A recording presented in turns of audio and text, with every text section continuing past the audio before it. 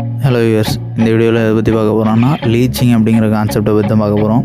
நீங்கள் இதில் பார்த்தீங்கன்னாலே தெரியும், 2 சைடும் மரங்கள் இருக்குது, செடிகள் இருக்குது.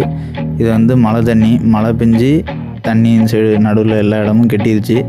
லீச்சிங்னா என்னென்னா, நம்ம செடிகளுக்கு வைக்கக்கூடிய water soluble fertilizers, urea complex, DAP, MOP, SSP இந்த மாதிரியான கெமிக்கல் ரிலேட்டட் ஃபெர்டிலைசர்ஸ், இன்ஆர்கானிக் ஃபெர்டிலைசர்ஸாக இருக்கட்டும்.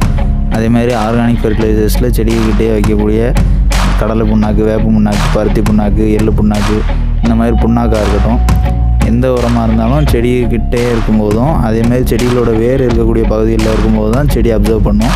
மரமாக இருந்தாலும் செடியாக இருந்தாலும் அதே தான். இதே அதிகமான மழை பெய்யும் போது என்ன ஆகும்னா, இன்ஆர்கானிக் காம்பவுண்ட்ஸ் எல்லாம் ஃபுல்லாகவே மெல்ட் ஆகி செடிகளை விட்டு ரொம்ப தூரம் போயிடும், தண்ணியில் அடிச்சுட்டு போயிடும். அது இந்த மாதிரி சும்மா தண்ணி கட்டக்கூடிய இடத்துல வந்து கிடக்கும். இது வந்து ஒரு மண்புழு வச்சு எக்ஸாம்பிளாக சொல்கிறேன்.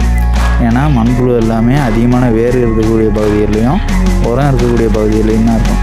இது என்ன ஆயிடுச்சுன்னா, ஒன்றுமே இல்லாமல் வெறும் மண்ணில் வந்து எல்லா மண்புழுவும் அதிகமாக அடித்து வந்துடுச்சு.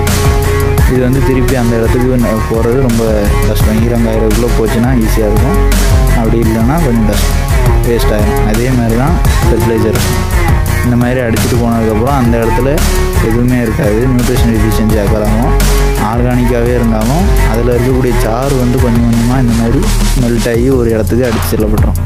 அப்போது அந்த இடத்துல வந்து அந்த நம்ம வச்ச உரம் இருக்கக்கூடிய இடத்துல வந்து நியூட்ரிஷன்ஸ் வந்து கொஞ்சம் குறைய தான் செய்யும். இதுக்கு பேர் தான் லீச்சிங். இந்த மாதிரி வீடியோக்கள் தொடர்ந்து பார்க்குறதுக்கு நம்ம சேனலை சப்ஸ்கிரைப் பண்ணிங்க.